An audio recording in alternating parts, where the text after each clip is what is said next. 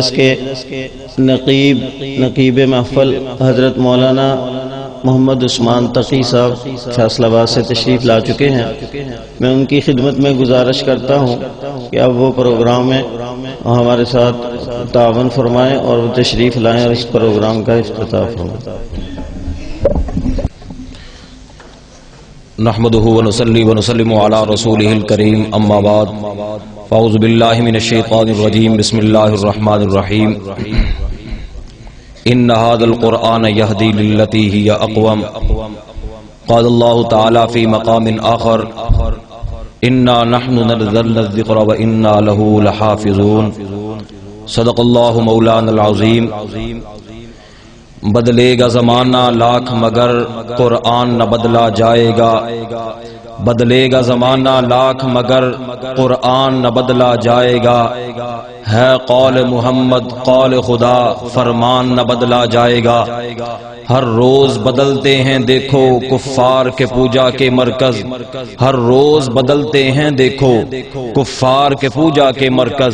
مومن کا قبلہ کعبہ ایمان نہ بدلا جائے گا۔ انتہائی واجب الاحترام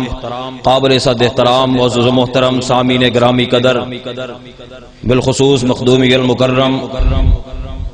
فاضل نوجوان برادر محترم حضرت مولانا مبشر صاحب کے حکم پر آپ حضرات کے سامنے لب کشائی کی جسارت کر رہا ہوں۔ میں ان کو اور ان کی پوری ٹیم کو دل کی عطا گہرائیوں سے مبارکباد پیش کرتا ہوں اس پروگرام کے انعقاد کے اوپر۔ اللہ رب العزت ان کو تادیر آپ حضرات کی مدد کے ساتھ، آپ حضرات کی ہیلپ کے ساتھ اس مسجد کے اندر چلنے کی توفیق عطا فرمائے۔ تو اب میں اس پروگرام کا آغاز باقاعدہ تلاوت کلام پاک کے ساتھ کرتا ہوں۔ تمام حضرات سے گزارش ہے جو پیچھے تشریف فرما ہے وہ آگے آگے تشریف لے آئیں، جتنا دل جمی کے ساتھ بیٹھیں گے اتنا ہی فائدہ ہوگا۔ اب میں تلاوت کلام پاک کے لیے دعوت دیتا ہوں قاری القراء فخر القراء جناب حافظ خبیب صاحب کو کہ وہ تشریف لائیں اور اپنے مسرور کن انداز میں آپ حضرات کے سامنے قرآن کریم کی تلاوت فرمائیں۔ اعوذ باللہ من الشیطان الرجیم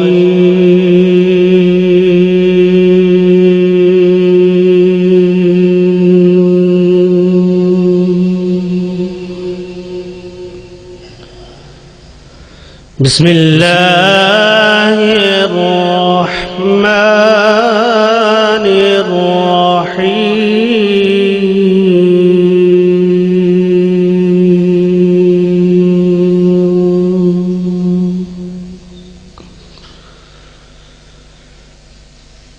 لو أنزلنا هذا القرآن على جبل لرأيته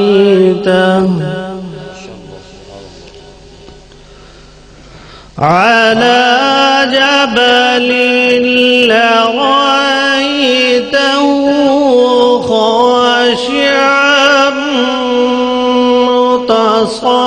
متصدعا من خشية الله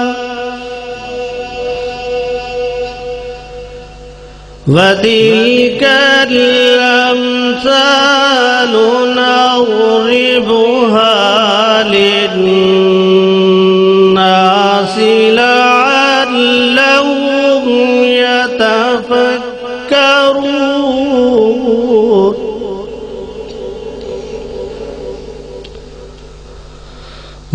والله الذي لا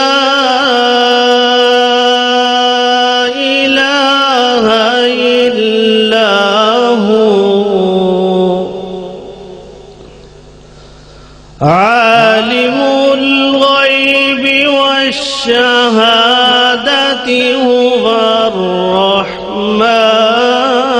الرحيم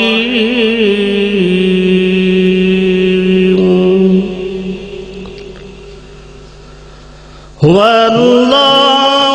الذي لا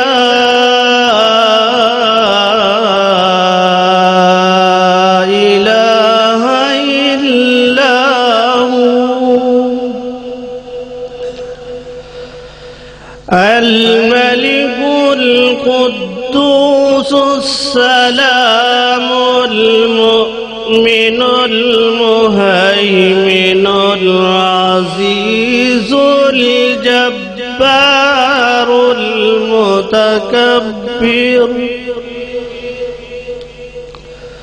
سبحان الله عما يشركون والله الخالق البارئ المصور له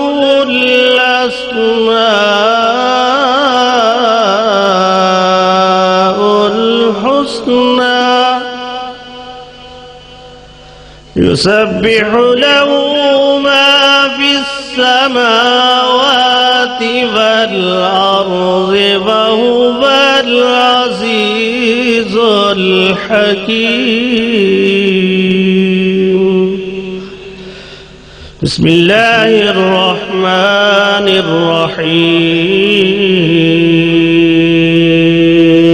الرحيم والضحى والليل إذا سجى ما ودعك ربك وما قلى وللآخرة خير لك من الأولى ولسوف يعطيك ربك فترضى ألم يجدك يتيما فآوى ووجدك ضالا فهدى ووجدك عائلا فأغنى فأما اليتيم فلا تقهر وأما السائل فلا تنهر